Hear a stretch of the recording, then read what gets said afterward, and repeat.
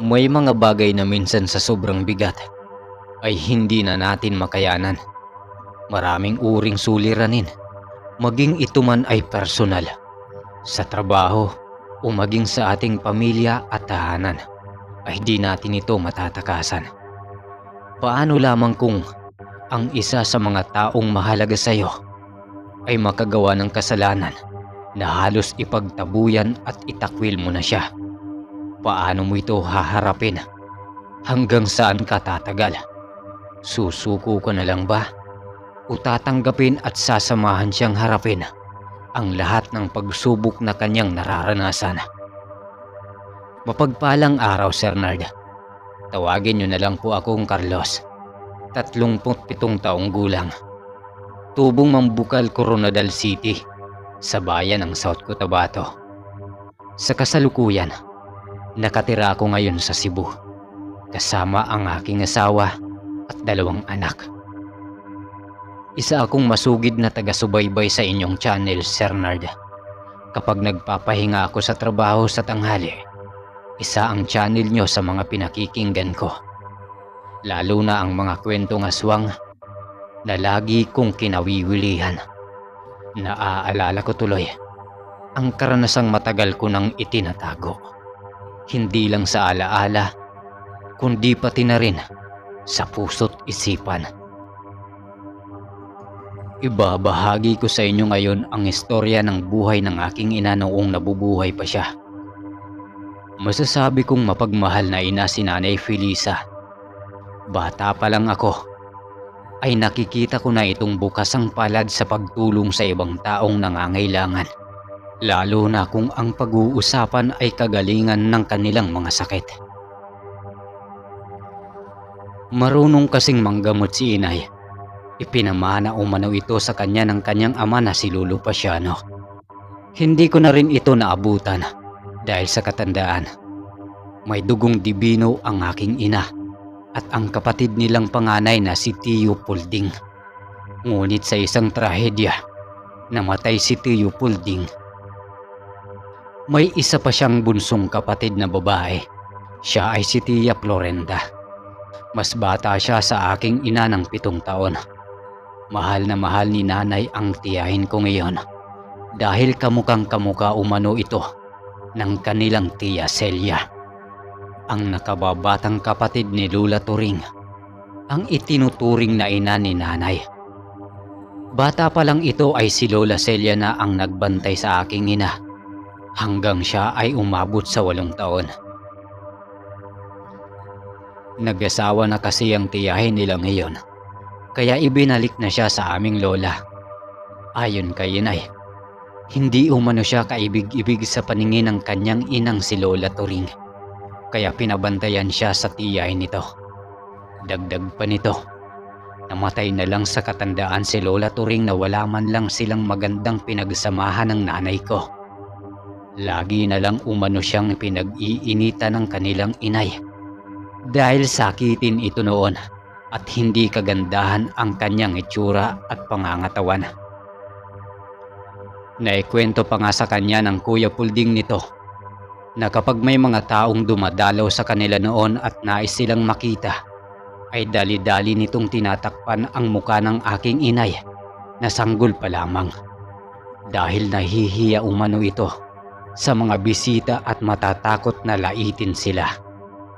Sa kanilang magkakapatid, ang nanay ko lang ang madalas napapalo at napapagalitan. Madalas rin siyang inuutusan sa lahat ng gawain sa bahay. At kapag tinutulungan siya ng kanyang Kuya Pulding, pinapagalitan nito ng kanilang ina. Madalas lang siyang pinagtatanggol ng tatay nitong si Lolo Pasiano kapag naaabutan niya itong pinapagalitan ng kanyang asawa. Hindi talaga biro ang naging karanasan ng aking ina noon. Yun din ang naging inspirasyon ng aking ina para lumaban sa buhay. Sa edad na 25 anyos ay nilisan na nito ang kanilang bahay. Nagtrabaho ito bilang isang taga-silbi sa karenderya ni Aling Lusing. Doon ito nakilala ang aking ama. Natawagin na lang natin sa pangalang Amador. Isa itong karpintero. Nagkataon kasing nasiraan ng bakod ang karinderya ni Aling Lusing at kinailangan din niyang magpahaba ng espasyo ng kainan dahil dumarami ang mga kumakain sa kanila noon. Nagkaigihan sila ng aking ama at hindi nagtagal, nahulog ang damdamin nila sa isa't isa. Sa edad na 30 anyos ay pinakasalan ni nanay si Itay na 32 taong gulang noong mga panahong iyon. Dumating ang panahon na nagkasakit si inay at hindi pa siya nanggagamot. Mabuti na lang at mayroong kaalaman ang Itay pagdating sa panggagamot, orasyon at mga pangontra sa mga itim na nilalang. Lumipat sila sa bundok matapos nilang ikasal. Doon sila nagtayo ng isang maliit na kubo malapit sa tabi ng ilog upang mas madali ang pagkuha ng tubig sa tuwing kakailanganin nila. Nakikisaka lang ang aking mga magulang sa dating amo ng aking ama. Malawak kasi ang taniman nito at nagkataon namang umalis ang katiwala ng lupain ngayon. Mapagkakatiwalaan naman nila ang aking Itay noon dahil nakapagtrabaho na ito sa kanila. Kaya walang pagdadalawang isip nila itong tinanggap. Mainam na ang itinayo nating bahay dito sa bundok. Makakakuha tayo ng mga libreng bungang kahoy, sabi ng aking ina habang nananahi ng damit ng bata. 3 buwan na kasi itong buntis. Sa panganay nilang tawagin na lang natin sa pangalang Amante. Ito rin ang dahilan kung bakit sila lumipat ng tirahan dahil kakaunti ang sinasahod ng Itay bilang karpentero at pagiging tagasilbi ng aking ina. Nagkataon namang kumain sa karinderya si Don Lucas kung saan nagtatrabaho ang inay, ang dating amo ng aking ama. Tanghalian na kasi noon, kaya naroon din si Itay. Doon na sila nagkausap. Lumabas muna ang Itay para maiayos ang mga binhi ng sariwang gulay na kanyang itatanim. Tumingin-tingin ito sa paligid at nang makakita na ito ng mainam na matabang lupang pagtataniman, ay kaagad niya itong tinungo. Nagbubungkal ng lupa si Itay nang may mapansin itong isang mababaw na hukay sa di kalayuan, malapit sa kanyang kinatatayuan. Ang hukay na ito ay may mga tuyong dahon. Nagtaka nga ito dahil ang sabi sa kanya ng kanyang amo ay wala pa raw nakatira sa bahaging ito ng kanyang lupain. Napaisip na lang ang Itay na baka gawa lang ito ng isang malaking ligaw na hayop kaya nagkaroon ng butas doon. Si Tatay Amador ay ang isa sa mga tauhang inutusan para mamahala sa sakahan tuwing anihan. Ito rin ang naghahanap ng mga manggagawa na magtatrabaho sa sakahan. Masyado kasing mahigpit ang kanilang amo, kaya gusto nitong mapunta sa tamang kamay ang kanyang ipangsasahod. Dahil isa sa mga layunin nito sa buhay ay tulungan ang bawat pamilyang walang makain at nagsusumikap namang lumaban at magbanat ng buto para sa kanilang salat na pamumuhay. Ang iba kasi ay nababalitaan itong hindi napupunta sa kanilang mga pamilya ang mga sahod. Kadalasan napupunta lang ito sa bisyo ng trabahante at ito ang sanhi ng pagkagutom ng pamilya ng mga ito. Madalas ay nagpapaawa ang iba para mabigyan sila ng trabaho at pera. Pero makikita mo na lang na laman sila ng mga inuman sa bayan. Ayaw ng amo nila sa ganoong pag-uugali. Kaya hindi ito basta tumatanggap ng manggagawa. Nagbibigay rin ito ng donasyon sa mga simbahan at paaralan upang mas lalong umunlad ang komunidad. Matagal na niya itong layunin at mayroon din itong 1 ektaryang tubuhan malapit sa kinatitirikan ng bahay nila Itay. Siya din ang namamahala doon. Sinusubaybayan niya ang kalagayan ng mga trabahador sa tubuhan, pati na rin ang produksyon ng tubo ay siya ang nag-aasikaso at naglilista ng mga lumalabas na produkto sa kanilang bodega. Ito rin ang nagbibigay ng sahod sa mga tauhan. Kahit payak lang ang pamumuhay ng mga magulang ko ay ayos lang. Basta nakakakain ng 3 beses sa isang araw, wala na silang mahihiling pa. Mahal, aalis ako ngayon dahil dadalawin ko ang tubuan. Malapit na kasing maganihan, kaya kailangan masiguro ko na nasa ayos lang ang lahat. Mahinahong sabi ni Itay kay Inay. Nakasalukuyang nagkukuskus ng labahin sa tabi ng ilog. Gagabihin ka ba, mahal? Nag-aalala kasi ako dahil uso na naman daw ang pananalanta ng mga aswang na parungit. Nag-aalalang sabi ni Inay sa aking ama. Ang mga aswang na ito ay nag-aanyong malalaking uod. Kulay berde ang balat nito at nakapangingilabot ang itsura. Mayroon itong makakapal na balahibo na kung mapupunta sa balat mo ay papatayin ka sa sobrang kate. Malalaki man ito subalit mayroon itong taglay na liksi at bilis sa paggapang. Sa unang tingin ay babalutin ka na kaagad ng takot. Subalit hintayin mo silang umanga sapagkat iyon ang mas lalong nagpapatindig ng balahibo mo. Sapagkat ang bilog nilang bibig ay napapalibutan ng matatalim na ngipin gaya ng sapating.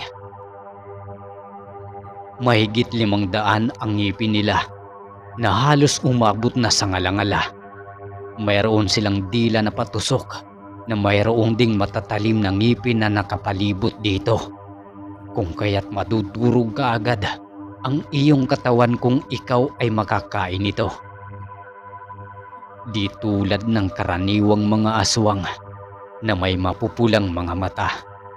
Sila naman ay mayroong dilaw at naninindak na mga mata na parang sa ahas. Maliliit lang ang mga mata nila, subalit mag-ingat ka sapagkat magalusan ka lang ng pangil nito ay maaari kang mahimatay kaagad. Ang laway kasi ng mga ito ay may kakayahang patulugin ang kanilang mga biktima. At kapag nagkagayon nga, ay sa kanila lalasapin at uunti-unting kainin ang kanilang biktima hanggang sa wala nang matira. Nakatira ang mga ito sa ilalim ng lupa kung saan natatabunan ng mga talahib. Hindi halata ang palatandaan ng kanilang mga bahay sa ilalim dahil natatabunan nga ito ng mga dahon at damo. Subalit kung huhukayin at sisipatin mo ang mga parteng iyon, ay mayroong isang maliit na parte ng butas na bilog at malalim. Minsan pa nga'y inaakala ng iba na bahay ng ahas dahil sa anyo at hugis nito. Huwag kang mag-alala, mahal ko. Mag-iingat naman ako. Ikaw, alagaan mo rin ang sarili mo, sabi ng Itay, sabay kuha ng itak nito. Saka isinuksok sa tagiliran. Noong nakaraang taon ay walang awa ring ng biktima sa kanilang baryo ang mga ito. Ngunit hindi nagtagal dahil dumating ang pangkat ng mga mangangalakal na tinatawag nilang 7 talim ng tanikala. Ayon sa aking ina, ang grupo ng mga mangangalakal na iyon ay hindi mga ordinaryo. Dahil gumagamit ang mga ito ng kadena bilang panlaban sa mga nagtatangkang masasamang loob, maging karaniwang tao man o kahit mga nilalampan ng dilim. May alam ang mga ito sa panggagamot at mga ritual na panlaban sa mga iba't ibang uri ng mga elemento. Nagdadala din sila ng mga kalakal gaya ng asin, asukal, at iba pang uri ng mga pampalasa sa mga murang halaga. Mga mababait umano ang mga ito at laging tumutulong kapag aswang ang pinag-uusapan.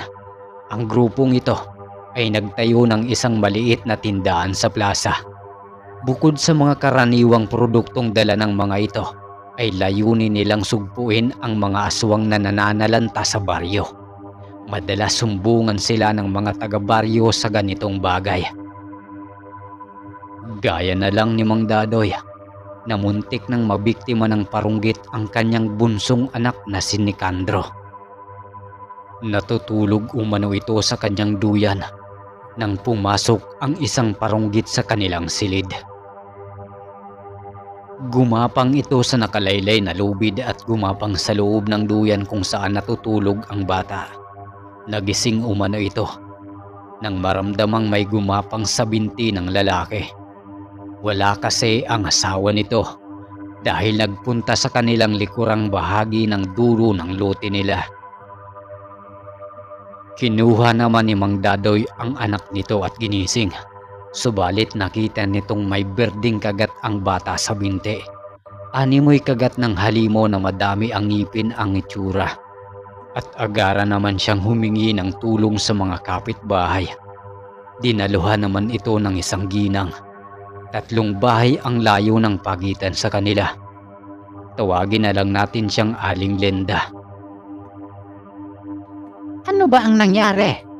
Bakit humahangos ka at dala-dala mo pa ang anak mo? Nakagat ng parunggit ang anak ko.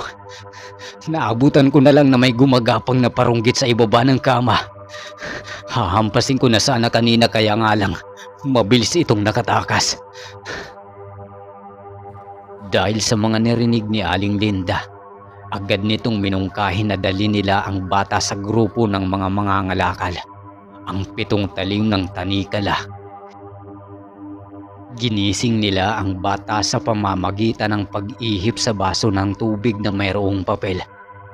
Ang mga papel na ito ay may nakasulat na dasal para bumalik sa ulirat ang bata. Dahil kung patatagalin pa ito ng higit sa 2 oras, ay mauuwi ito sa panghabang buhay na pagtulog ng bata na siyang magiging daan ng mga aswang para gawin ang karaniwang nilang ritual na paggamit ng katawan ng puno ng saging para mapalitan nito ang pisikal na anyo ng kanyang biktima. Ang iba pa nga ay puno ng niyog.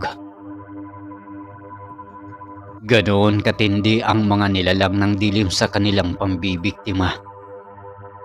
Karaniwan sa mga biktima ay 2 oras at higit pa ang itinatagal bago makuha ang kanilang katawan. Dahil gagawa pa ang mga aswang ng kanilang ritual sa mga altar nito upang maging matagumpay ang plano. Karaniwang namamatay ang mga tao noon sa hindi malamang kadahilanan. Madalas mga may edad o mga batang hindi tataas sa 10 taong gulang ang nabibiktima ng mga ito dahil sila ang mas mahina. Maputlang-maputla na ang bata noong dalhin ito sa grupo. Matapos nilang magawa ang ritual, doon sa basong may lamang tubig at papel ay ipinainom nila ito sa bata. Pagkatapos ay gumuhit ang isa sa kanila ng krus sa noo ng bata para magkaroon ng selyo upang hindi tumalab ang sumpa ng parunggit na nambiktima sa bata. Sa awa naman ng Diyos, ilang minuto lang ay nagising na ang bata at parang walang nangyaring masama sa kanya. Tinugis ng 7 miyembro ng 7 talim ng tanikala ang mga parunggit. Ang iba ay nahukay ng mga ito sa ilalim ng mga puno ng balete. Ang iba naman ay sa mga liblib na talahiban na talagang hindi mo gugustuhin puntahan dahil sa sukal, dilim at sikip. Simula noon, hindi na nagpakita ang mga parunggit. Ngunit sa pagkakataong ito, ay aktibo na naman sila. Dahil anihan na naman. Sa tag-init lang kasi lumalabas ang mga ganitong uri ng aswang. Karaniwang labas ng mga ito ay Marso hanggang katapusan ng Abril. Umalis na nga si Itay at nagtungo na sa tubuhan. Nakita niya na maayos namang nagtatrabaho ang kanyang mga kasamahan. Subalit napansin nitong matamlay si Arturo, ang isa sa mga nag-aani ng tubo. Nagtaka si Itay dahil likas sa kanya ang pagiging masiyahin. Kahit pa nga minsan ay pagod siya sa trabaho ay mapagbiro pa rin ito. May problema ba, Arturo? Tanong ni Itay habang inaayos niya ang tumpok ng tubo sa gilid. Malaki ang problema ko, kumpare. Malungkot na tugon ni Arturo. Ano ba yan? Baka sakaling matulungan kita. Sagot ni Itay. Wala na ang asawa ko, kumpare. Patay na siya. Mangiyak-ngiyak na tugon naman ni Arturo. Ano? Wala na si Kumaring Flor? Bakit? Ano ang nangyari sa kanya? Sunod-sunod na tanong ng aking ama. Bali-balitang may kumakalat na mga parunggit sa ating baryo noong mga nakaraang linggo pa. Noong una sa sentro lang sila umaatake. Pero nitong linggo lang, iilang mga kababaryo natin ang mga nabiktima ng mga aswang na iyan. Kabilang na si Flor. At ang ipinagbubuntis na pangalawa na sana namin. Malungkot naman ang Itay sa kanyang narinig mula sa kaibigan. Hindi naman ko panipaniwala iyan, kumpadre. Magkasama pang namalingki ang mga asawa nating nitong mga nakaraang araw. Kaya paano mo naman nasabi na mga parunggit nga ang may gawa niyan sa kanya? May mga marka ng kagat ang asawa ko sa mukha. Pagising ko kaninang madaling araw, kulay berde at dinudugo na rin siya kanina. Napailing na lang si Itay sa kanyang narinig. Karimari-marim ang nangyari sa kumari nito. Kahit naghihirap ay binigyan niya ito ng pera para may panggastos man lang sila. Matapos ang maghapong pagtrabaho, umuwi na rin kaagad si Itay. Normal lang siyang naglalakad sa masukal na parte ng daan papasok sa kanilang baryo. Ito lang kasi ang pinakamabilis na paraan upang makarating kaagad sa kanilang nayon. Dahil kung sa sentro pa ito dadaan, ay baka abutin pa siya ng dilim. Habang naglalakad siya, iniisip niya ang kalagayan ni Inay noon. Baka mamaya ay atakihin pa ito ng parunggit. Ilang saglit pa ay mahahawi na rin niya ang mga damong dinadaanan nito dahil malapit na siya sa bungad. Tanaw nito ang tulay na kanyang tatawiran. Sa ibaba kasi ng tulay ay may ilog na hanggang leeg ang lalim. Kung ikaw ay nasa 5 feet kataas, masyadong delikado kapag dumaan doon dahil malalim ang tubig sa ilog at malakas din ang agos nito. Naalarma ang Itay nang umihip ang malakas na hangin. Tiningnan nito ang langit upang makita kung may banta ng pag-ulan, subalit wala itong nakita. Tumuloy na siya sa kanyang paglalakad sa tulay. Ang tulay na ito ay matagal nang pinaniniwala ang pinamumugara ng mga kakatuwang nilalang. Subalit hindi ito alintana ni Itay. Sa isip niya, kailangan niyang makauwi dahil hinihintay siya ni Inay. Habang papalapit siya, napansin ni Tatay ang isang kakaibang liwanag na kumikislap mula sa gitna ng tulay. Ito ay tila apoy, ngunit hindi pangkaraniwang apoy. Lumulutang ito sa ere na tila nasusunog na bola. Alam niya ang mga kwento tungkol sa San Telmo. Isang apoy na mula sa kaluluwa ng isang pumanaw na hindi makatagpo ng kapayapaan. Nagsimulang kumabog ang kanyang dibdib. Subalit hindi siya nagpadaig sa takot. Sa paglapit nito, ang San Telmo ay lumaki at nagbaga na tila ay pugon. Ang mga mata nito ay parang bagang punong-puno ng puot at paghihigante. Kumikislap ito sa kanyang direksyon na tila ay nag-aabang sa kanya. Nagpasya si Tatay na hindi niya ito uurungan. Kailangan niyang labanan ito para makatawid sa tulay. Binunot ni tatay ang kanyang itak mula sa kanyang baywang. Ang talim nito ay kumislap sa liwanag ng San Telmo. Huminga siya ng malalim at hiniyakbang niya ang isa niyang paa sa lupa at itinutok niya ang itak sa San Telmo at binantayan niya ang galaw nito. "Hoy, San Telmo, sige sumugod ka. Hindi ako natatakot sa'yo." Matapang na sabi ni Itay. Ang kanyang boses ay umaalingaw-ngaw sa paligid. Ang San Telmo ay tila tumugon sa kanyang hamon. Bumulusok ito patungo kay tatay. Ang apoy nito ay lumalagablab na handang sumunog ng lahat nitong madaanan. Umiwas si tatay sa unang pag-atake ng San Telmo. Hindi man siya tinamaan, subalit ramdam niya ang init na taglay nito sa kanyang balat. Subalit hindi siya nagpagapi.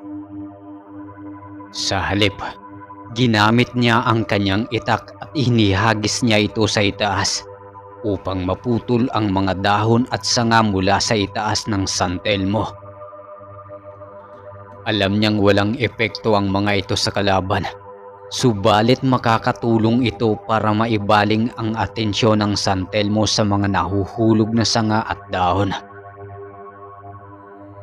Habang abala ang San Telmo sa mga sanga at dahon na nahuhulog, sinamantala niya ang pagkakataon upang umatake.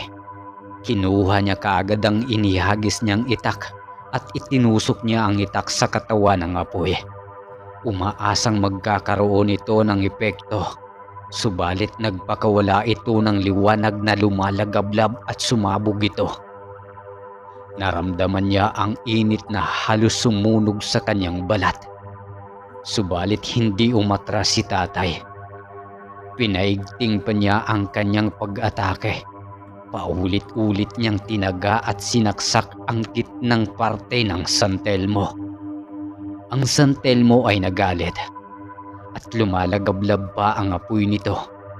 Pero si tatay ay nanatiling matatag. Nagsimula siyang umusal ng mga dasal, mga orasyong natutunan niya mula sa kanyang mga magulang noong bata pa siya. Dasal para sa mga kaluluwang ligaw, naway magabayan sila patungo sa kanilang katahimikan. Habang patuloy niyang inuusal ang mga dasal, unti-unting nagbabago ang liwanag ng San Telmo. Ang kanyang mga pag-atake na sinamahan ng dasal ay nagkaroon ng epekto. Ang apoy ay nagsimulang humina. Sa huling pag-usal ng kanyang dasal, itinaas ni tatay ang kanyang itak at pinakawalan ang pinakamalakas na taga sa gitna ng apoy.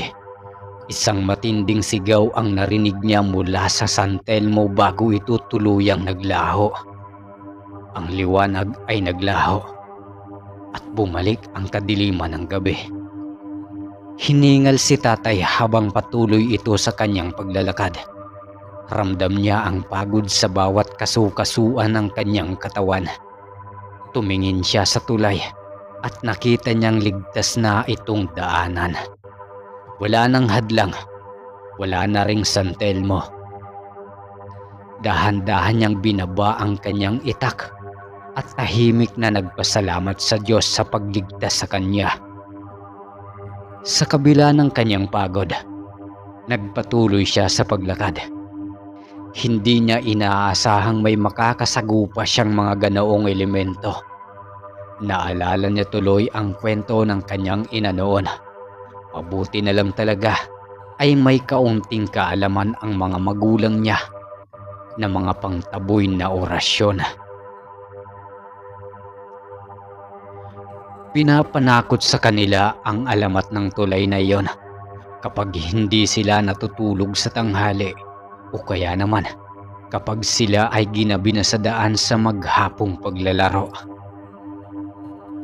Usap-usapan noon na pinaslang daw ang pamilyang Romero, isang kilalang pamilya sa baryo kung saan nakatira ang mga magulang ni Itay.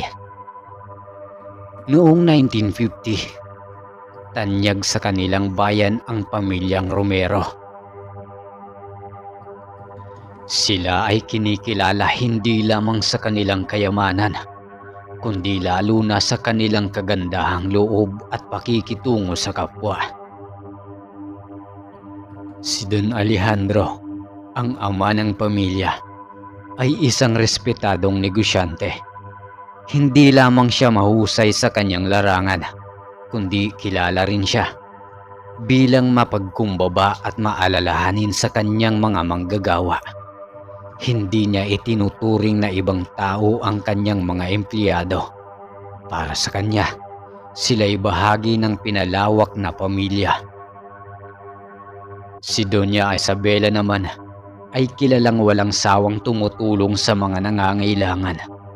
Sa bawat sulok ng kanilang bayan, siya'y kilala bilang mabuting ilaw ng tahanan at isang anghel ng kagandahang loob. Sa mga pagtitipon at mga proyektong kawanggawa, siya'y laging nangunguna. Ang kanilang mga anak, sina Carleto at Andrea, ay pinalaki ng may mataas na pagpapahalaga sa dangal, respeto at pagmamahal sa kapwa. Sina Carlito at Andrea ay parihong masisipag at magalang, laging handang tumulong sa kahit anong paraan, sa abot ng kanilang makakaya. Isang gabi, sa hindi inaasahang pagkakataon, dumating ang trahedya sa pamilyang Romero. Habang payapang natutulog ang kanilang sambahayan, pinasok ng mga mandarambong ang kanilang tahanan. Sa gitna ng dilim at lalim ng gabi, dinig ang mga putok ng baril at mga sigaw na puno ng takot at bighati. Walang awa silang pinaslang ng mga kalalakihan, at sa isang iglap, naglaho ang isang pamilyang ehemplo ng kabutihan. Ngunit hindi lang doon ang sukdula ng kasamaan ng mga mandarambong, dahil sinunog rin nila ang tahanan ng pamilyang Romero. Ngunit bago ito, kinuha muna nila ang mga mahahalagang bagay na nasa loob ng mansyon. Gaya ng mga alahas, pera at iba pang mga mamahaling gamit sa loob. Isang taon matapos ang insidente ngayon, ay nilinis ng mga tao ang gilid ng ilog kung saan nakatirik ang dating tahanan ng mga Romero. Kasalukuyang inaayos ang mga papeles ng lupain ngayon dahil wala silang malapit na kamag-anak sa baryo ngayon. Pati ang mga tagapagmana nito ay nasawi rin. Pinalagyan ito ng tulay para madaanan ng mga tao. Simula rin noon, may mga kakaiba nang nangyari sa paligid ng tulay.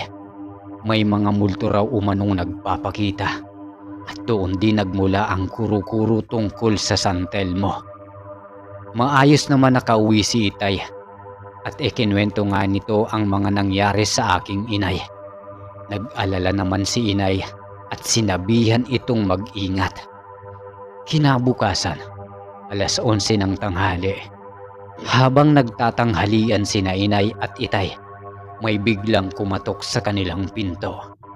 Nang pagbuksan ito ni Itay, ay bumungod sa harap nito ang bunsong kapatid ni Nainay, ang aking tiya Florenda. Malungkot ang muka nito at baka sa kanyang mga mata ang mga luha. Ate Pilisa, inutusan ako ni Kuya Fulding na puntahan ka dito. Mahina na ang inay.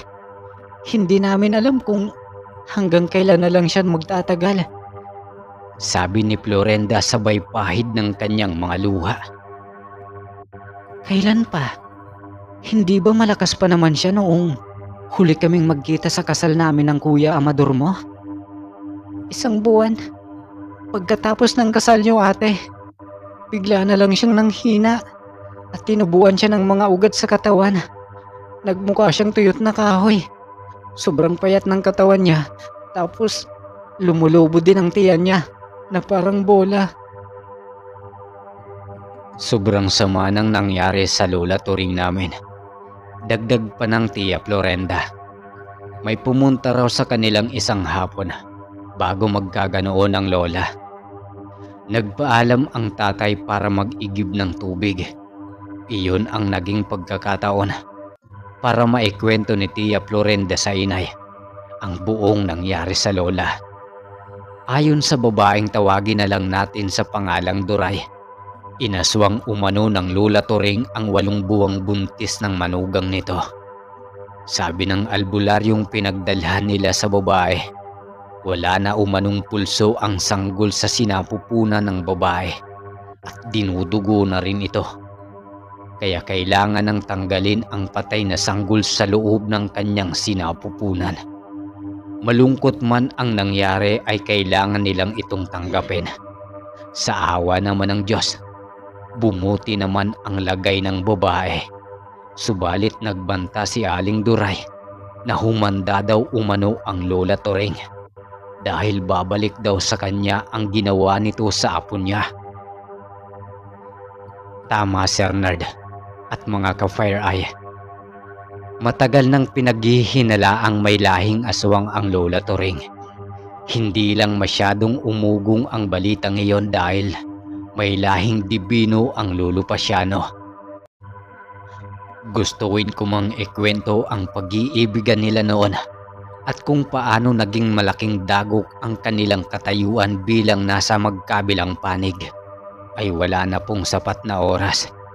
Siguro, sa susunod na kwento na lang, may iilan pa rin talagang naghihinala at natatakot sa lola kong iyon.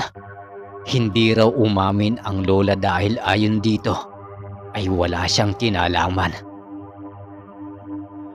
Magsinungaling man daw ito, ay babalik at babalik daw sa aswang na may gawa ang kasalanan niya. Pagbalik ni Itay sa kanilang tinitirhang kamalig, ay agad na sinabi ng inay na kailangan nilang puntahan ang nag-aagaw buhay nitong ina. Ano't ano pa man, ay nanay pa rin niya ito. At siya pa rin ang nagsilang sa kanya. Kaya kahit may sama siya rito ng loob, ay kailangan pa rin niya itong puntahan, lalo na sa kanyang kalagayan ngayon. Dinala ni na Inay Pilisa ang kanilang mga gamit para sa kanilang paglalakbay. Pagkatapos nito'y sumakay na sila sa isang karosa na hila-hila ng isang kalabaw. Si tatay ang nakasakay sa kalabaw, habang si Nanay Pilisa at Tia Florinda naman ang nasa karosa. Dahil nga hapon na sila umalis, ay inabot na sila ng dilim sa daan. Mabuti na lang at maliwanag ang buwan noong gabi ngayon at hindi naman makipot ang daan na kanilang tinatahak. Kaya naging matiwasay lang para sa kanila ang paglalakbay na iyon. Pero ilang sandali pa ay biglang may sumulpot sa kanilang unahan sa hindi kalayuan.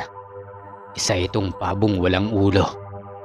Kulay itim at triple ang laki kesa sa normal nitong itsura.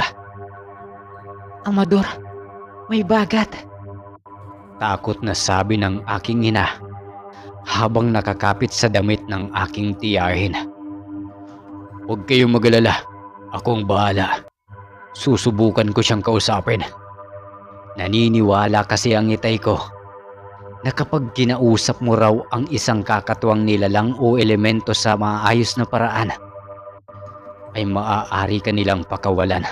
Subalit maaari ring hindi kapag sila ay may masamang balak o gustong makapanakit. Walang nagawa ang pakikiusap ni Itay sa nilalang na yon.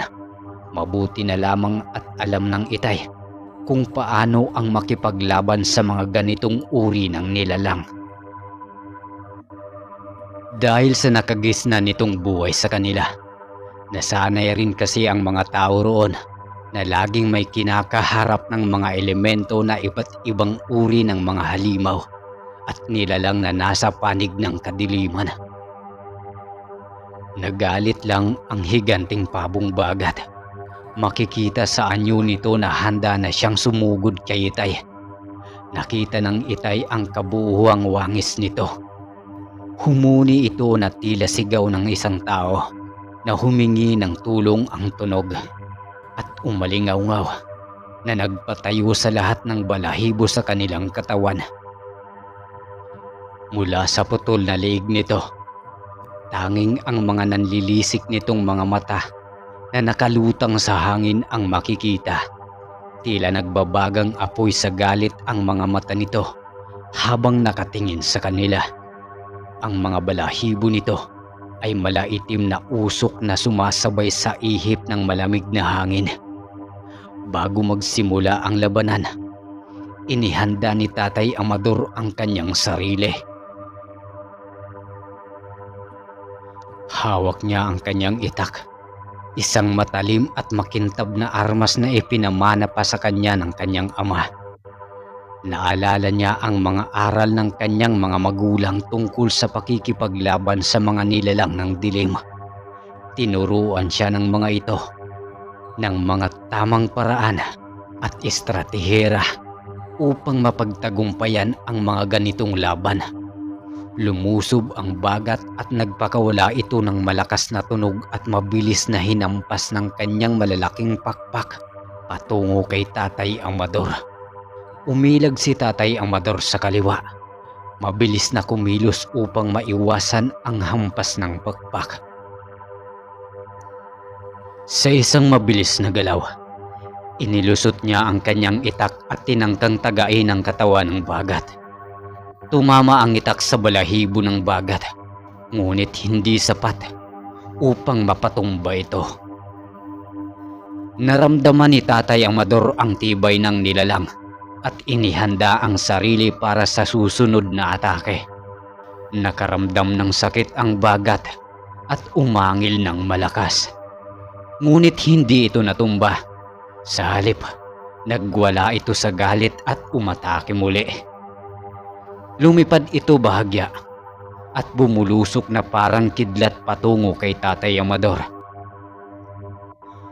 Nagdulot ng alikabok at kalat ng mga hagupit ng hangin sa paligid dahil sa pag-atake ng bagat. Muling umilag si Tatay Amador. Ngayon ay pakanan at gamit ang kanyang itak, tinangkang tagain ang kaliwang pakpak ng bagat upang hindi ito makalipad. Sa isang mabilis na malakas na galaw, tumama ang itak sa pakpak ng bagat na naging sanhi ng pagbagsak nito sa lupa. Nang masugatan ng bagat sa kanyang pakpak, bumagsak ito sa lupa. Dumadaing ito sa sakit ng kanyang tama at tila nahihirapan ito. Hindi na pinalagpas ni Tatay Amador ang pagkakataon. Sa kanyang huling hakbang, tumalon siya ng mataas at itinusok ang kanyang itak sa dibdib ng bagat at tinamaan ang puso nito. Ang huling sigaw ng bagat ay umalingaw-ngaw sa buong kagubatan bago ito tuluyang nanlupaypay at naglaho. Nakahinga ng maluwag si Tatay Amador habang pinupunasan ang pawis sa kanyang noo. Alam niyang nalampasan niya ang isang mapanganib na pagsubok. Nakahinga naman ng maluwag sina Nanay at Tia Florenda. At sa pagpapatuloy nila ay payapa nilang narating ang bahay ni Lola Turing. Ngunit nagtataka si Inay. Sobrang laki daw kasi ng pinagbago ng lugar. Mag-aanim na taon pa lang simula noong iniwan niya ang bahay. Subalit laking pagtataka niya sa kanyang mga nakita. Inikot nito ang kanyang paningin sa buong lugar. Ang itsura nito ay isang lumang bahay na kahoy na inabandona at matagal nang hindi tinitirhan. Ang bahay ay halos takpan ng malalaking puno na nakapaligid dito. Ang mga sanga ng puno ay parang mga baluktot na kamay na sumasayaw sa ihip ng hangin. Ang bakuran ay puno ng makakapal na damo at ligaw na halaman na parabang matagal nang hindi inaalagaan. May mga yerong kinakalawang na nakasabit sa bintana at ang pinto ay lumalangit-ngit tuwing hinahawi ng malamig na hangin. Ang mga bintana ay may mga kortinang kupas at punit-punit na bahagyang nakahawi upang masilip ang loob. Ngunit walang makita kundi kadiliman. Sa likod ng bahay, may isang lumang balon na matagal nang hindi nagagamit. Ang tubig dito ay tila ilang taon nang namamalagi sa balon na iyon. Ayon kay Tia Florenda, bulong-bulungan sa lugar nila lalo na sa kanilang mga kapitbahay. Nadinig daw sa mga kabahayan ang mga ingay ng sari-saring boses ng mga tao. May hardin sa tabi ng balon malapit sa bahay at tila hindi na nadidilagan ang mga halaman dahil tuyo na ang mga ito. Ang hardin ay puno ng mga antigong palamuti na kumupas na sa paglipas ng panahon. Mayroon ding mga lumang gamit sa pagbubungkal ng lupa, basag na baso at iba pang mga bagay tulad ng mga sako na nakalubog ang mga kalahati nito sa lupa. Marami pang mga bagay na kahina-hinala. Malamig rin ang simoy ng hangin na nararamdaman mo sa paligid ng buong bakuran kahit sa kainitan ng araw. Madalas nilang naririnig ang mga tunog ng yapak at mga munting buses tuwing sumasapit ang gabi. Kahit walang tao sa paligid ayon sa tiyahin ko. Marami ring alitap-tap na umiilaw sa paligid kapag sumasapit na ang dilim. Nagpatuloy lang sa paglalakad sina inay papasok ng bahay. Nakita ng mga ito si Lola Turing na nakaupo sa tumba-tumba sa sala.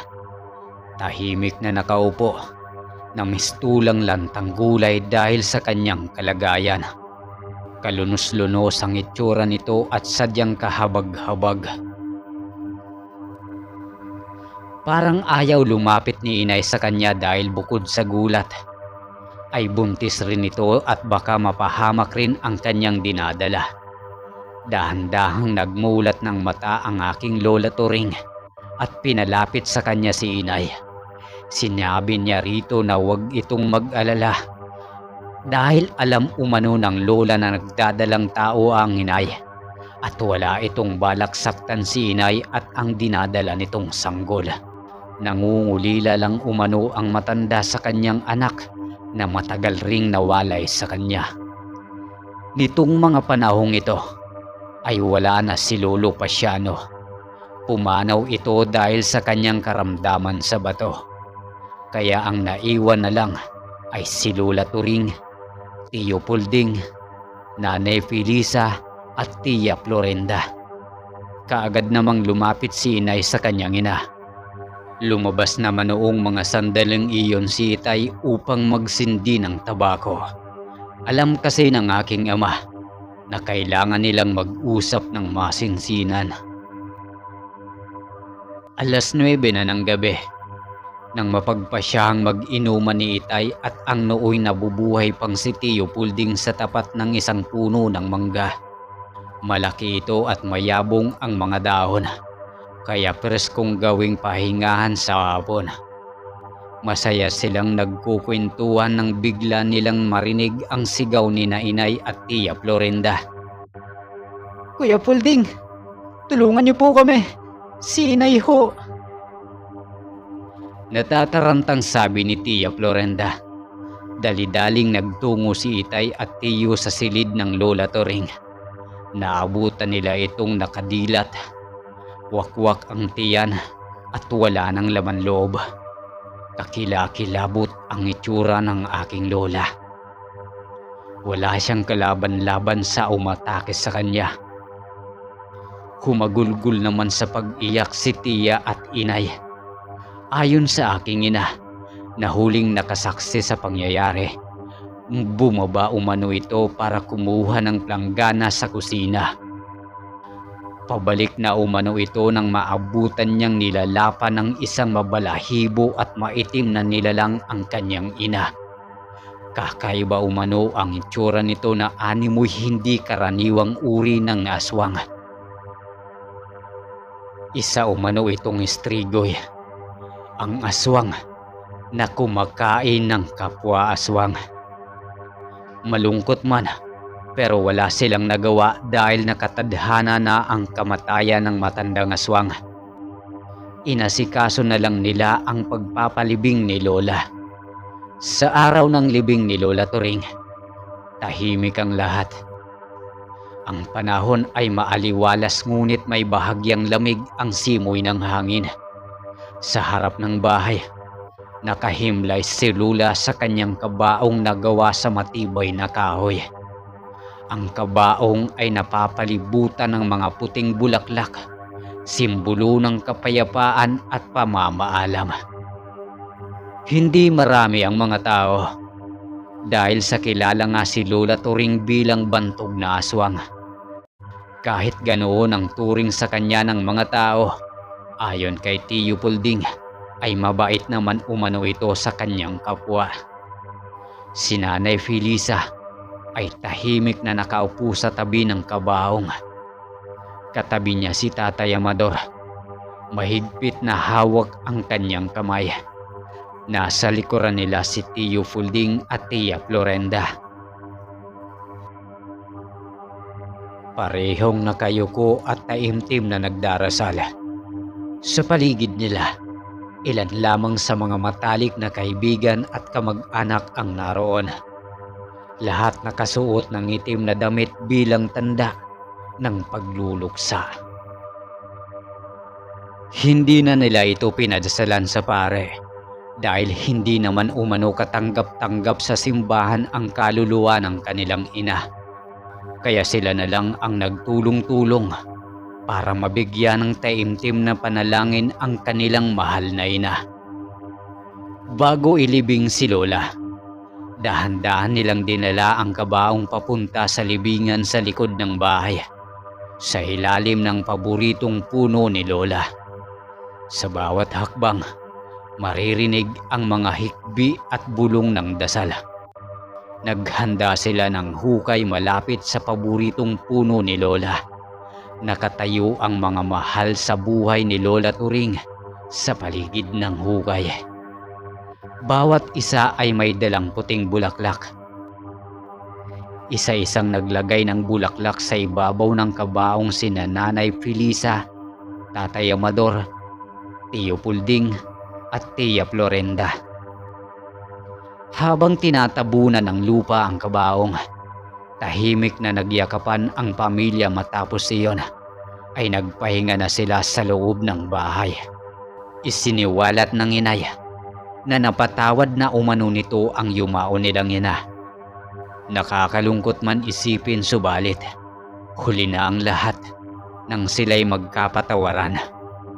Ayaw na nilang alamin pa kung sino ang gumawa nito kay Lola para sa katahimikan ng lahat. Umuwi si Naitay sa kanilang tahanan matapos ang trahedyang iyon. Sa kanila na rin tumira si Tia Florinda pagkatapos, upang matulungan umano nito ang kanyang ate. Karaniwan namang dumaan ang mga araw sa mga magulang ko, hanggang sa ipanganak ni inay ang nakakatanda kong kapatid. Subalit ikinagulat ng lahat ang pagdami ng mga nabibiktima ng mga parunggit sa kanilang baryo. Doon na unti-unting nagbago ang kanilang normal na pamumuhay. Napapadalas ang hindi pag-uwi ng aking ama. Palagi na lang itong nakainom at laging wala sa sarili. Hanggang sa hindi nagtagal, nagdalang tao ulit ang aking ina at ako na nga ang batang iyon. Noong mga panahong iyon, umaatake pa rin naman sa kanilang baryo ang mga parunggit, subalit di na ganoon kadalas. Nagkataon kasing nasa baryo ulit ni Nainay ang grupong 7 talim ng tanikala. Kapansin-pansin ding dumarami na ang mga tao doon kasabay ang pag-unlad ng kapaligiran. Katakataka noong ipinagbubuntis ako ng aking ina ay sumabay rin ang paglakas ng kanyang kakayahan bilang isang dibino. Ipinamana rin sa kanya ni Lolo ang ilan nitong kagamitan sa panggagamot at ganoon din naman ang isang itim na libretong may mga orasyon at dasal para sa pambuhay ng mga mutya. Mga pangontra sa iba't ibang nilalang. Marami ang kakayahan ng dibino sa mga ganitong uri ng larangan. May iba na natural kapag nakahawak sila ng mutya, kahit gaano pa man ito katagal na tulog, ay kusang mabubuhay. Mayroon din namang mutya na kailangan pa ng 3 araw o 1 linggong dasal bago mabuhay. Iyon ang lahing kinabibilangan ng aking ina. Nag-umpisa na ring magbago ang aking ina. Mas lalo itong bumata sa kanyang edad at nagbukas rin ang pangatlo nitong mata. Madalas ay nakakakita na siya ng mga kaluluwa sa paligid, pati rin ang mga elemento at lamang lupa. Nakaranas din si inay ng pang-aaswang noong ipinagbubuntis pa lang ako nito. Sa kailaliman ng gabi, natutulog si Nanay Felisa sa kanilang silid. Sa kabilang kwarto naman ay mahimbing ang tulog ni Tia Florinda at ang kuya kong si Amante. Wala si Itay noong gabi ngayon dahil may piyesta sa kabilang barangay kaya nawili ito sa pag-inom. Habang natutulog si Nanay Felisa, naramdaman niya ang kakaibang lamig ng hangin. Naramdaman din ito na parang may kumakaluskos at umiingit sa dingding ng kahoy ng kanilang bahay. Sa kabila ng pagod at antok, agad nagising si Nanay Felisa dahil sa lakas ng kanyang pakiramdam. Alam niyang may mapanganib na nagbabadya. Naaamoy at nararamdaman niya ang presensya ng isang kampo ng dilim. Tumayo si Nanay Felisa at humawak sa kanyang kwintas na may anting-anting. Dahan-dahan niyang binuksan ang bintana at sa liwanag ng buwan, nakita niya ang anyo ng aswang na unti-unting lumalapit sa kanilang pintuan. Subalit hindi siya nagpasindak sa takot. Alam niyang kailangan niyang ipagtanggol ang kanyang pamilya. Kumuha siya ng ilang damo at halamang gamot mula sa isang kahon sa tabi ng kanyang higaan. Mabilis niyang sinindihan ang mga ito at nagdasal ng mga orasyon na itinuro sa kanya ng kanyang ama. Lumabas ang usok mula sa nasusunog na halaman at nagkaroon ng pader na usok kung saan hindi kayang tumagos ng aswang. Galit na galit ang aswang at pilit nitong sinisira sa harapan ng kanilang bahay. Hindi nagpatinag si Nanay Felisa. Kinuha niya ang isang bote ng langis na gawa sa niyog at bawang. Binuksan niya ito at ibinuhos sa paligid ng pintuan. Agad siyang naglatag ng mga patalim sa sahig upang hindi makalapit ang aswang. Nang makita ng aswang ang mga paghahanda ni Nanay Felisa, ay lalo itong nagngit-ngit. Sinubukan itong lumusob, subalit hindi nagtagumpay dahil sa ginawa ni Nanay Felisa. Sa isang huling pagtatangka, lumundag ang aswang patungo kay Nanay Felisa. Ngunit sa isang mabilis na galaw, inihagis ni Nanay Felisa ang isang garapon ng asin sa direksyon ng aswang. Tinamaan ang aswang at nagsimulang sumigaw sa sakit. Ang asin, kasama ng mga orasyon at anting-anting ni Nanay Felisa, ay nagdulot ng matinding pinsala sa aswang. Namilipit ito sa sakit at sa uli ay umatras at tumakas ito at hindi na muling nagpakita. Hingal kabayo si Nanay Felisa dahil sa sobrang pagod. Nang masiguro na ng aking ina na wala ng senyales ng aswang sa paligid, Pumasok na ito sa loob ng bahay at tinungo ang kwarto ni Tia Florenda at ng kapatid kong si Amante. Nang makita nito na ayos lang naman ang dalawa, ay bumalik na rin ito sa kanyang silid. Sinigurado muna nito na maayos na nakasara ang mga pinto at bintana para walang anuman o sino ang makapasok. Makalipas ang ilang buwan, tiniis lang ng aking ina ang ginagawa ng aking ama. Napapadalas na ang kanyang pag-alis ng matagal. May mga pagkakataon pa na inaabot pa ng buwan bago ito makauwi. Hanggang sa mabalitaan na lang ng aking ina na may inuuwian na palang ibang babae si Itay. Umiyak talaga ng gusto si inay. Pero inisip niya na lang na pagsubok lang ito. Hindi naman siya bibigyan ng ganitong uri ng pagsubok ng Panginoon kung hindi nito kaya.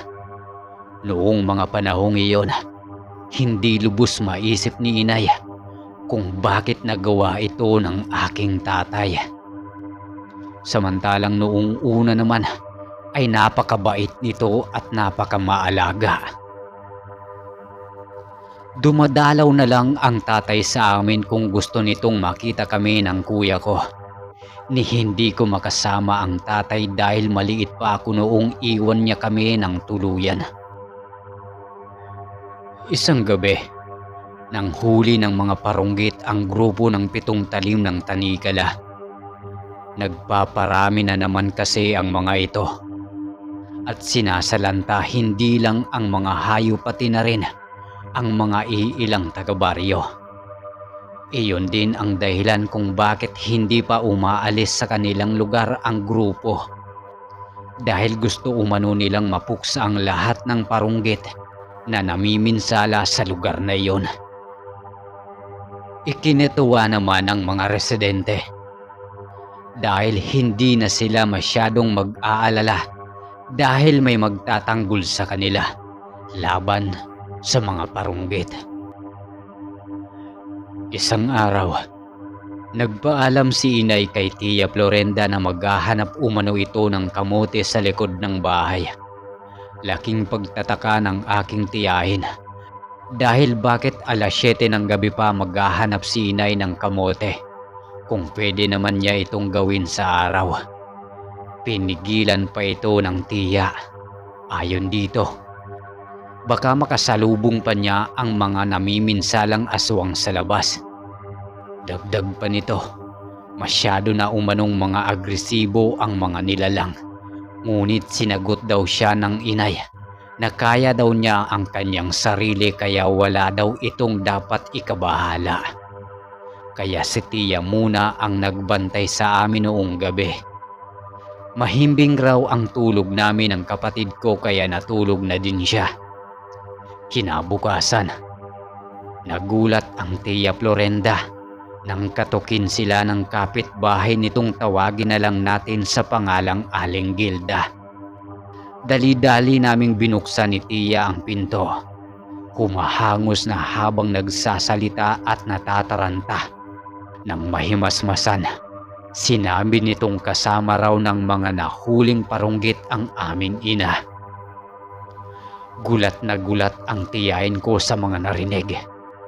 Nakita raw ni Ben si inay na kumakain ng hilaw na karne ng hayop sa may kasukalan habang hinahabol nila ang mga parunggit. Si Ben ay isa sa mga miyembro ng 7 talim ng tanikala. Nagmakaawa daw ang aking ina dahil ang sabi nito'y hindi naman daw siya nakapinsala ng kahit sinong tao at hindi siya isang parunggit. Kailangan lang daw talaga niyang maghanap ng isang buhay na manok sa gubat dahil 3 araw na daw siyang hindi nakakakain ng karning hilaw at gutom na daw ito. Pagdating sa bahay ng kapitan, nakilala umano ito ng mga tanod at ilang kapitbahay nito. Hindi sila makapaniwala na isang aswang ang aking ina. Nagmakaawa umano ang aking ina na huwag siyang patayin dahil maliliit pa umano kaming mga anak niya. Naawa naman sa kanya ang kanyang mga kababaryo dahil tinulungan naman sila ni inay noong sila ay nangangailangan.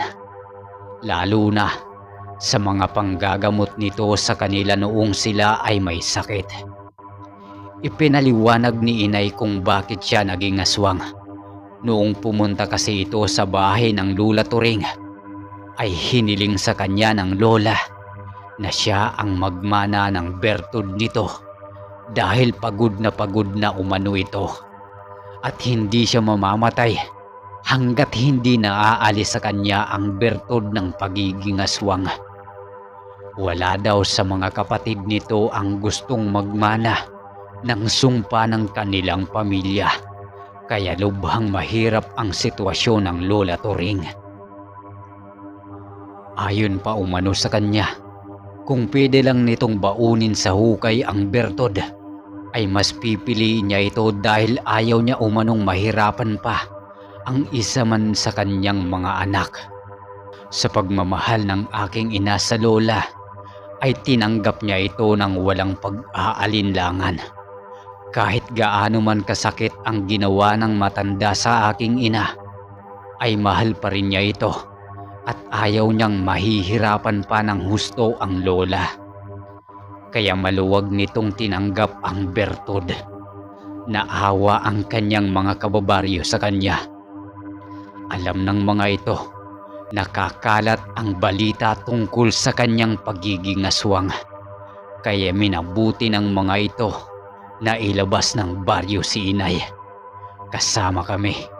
Napilitang magal sa balutan sina inay noong umagang iyon. Mahahalagang gamit lang ang dala namin. Binigyan naman kami ng kakaunting halaga ng mga mabubuti naming kapitbahay para makapagsimula ulit ng bagong buhay sa ibang lugar. Simula noon ay nagpalipat-lipat kami ng bayan kapag may nakakadiskubre sa katauhan ni inay. Hindi kami nalahian ng pagiging aswang nito dahil iisa lang sa bawat henerasyon ang magmamana ng bertud. Hanggang sa makarating na kami dito sa Cebu at dito na kami nagkaroon ng normal at tahimik na buhay. Kailanman hindi kumain ng hilaw na karne ng tao ang aming ina hanggang sa bawian nito ng buhay. Namatay ito dahil sa katandaan.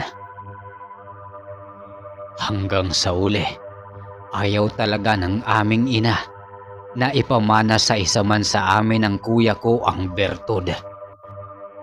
Si Tia Florinda ang nagmana nito.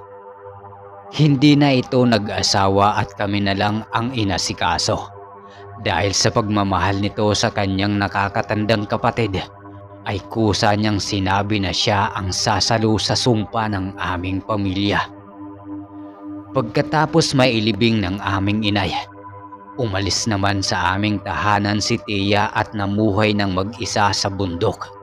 Hindi ko na lang po sasabihin kung saan ito para sa kanyang seguridad.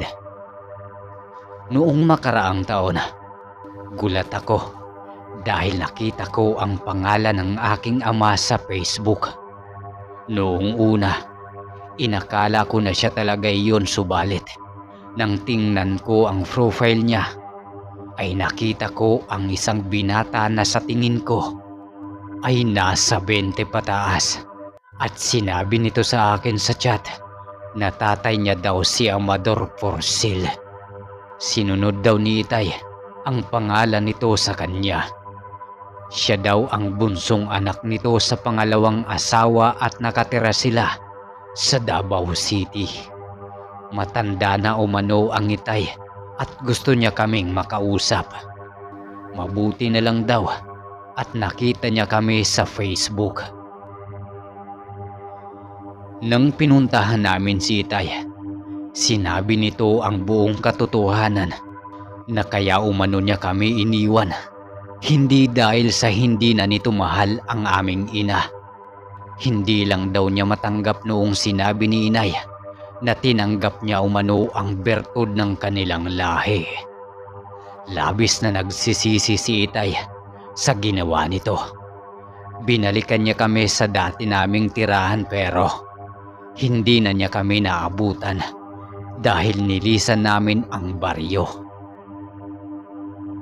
Hanggang dito na lang po, Sir Nard. Sa susunod ay ikukwento ko naman sa inyo ang buhay ng Lola Turing at Lolo Pasiano, kung paano sila nag-ibigan kahit bawal sa kanilang estado at lahi. More powers sa inyong channel, Sir Nard. Marami pong salamat sa pagbasa ng kwento ng aking butihing ina na pinamagatan si Nanay ang nagsalo ng pagkaaswang.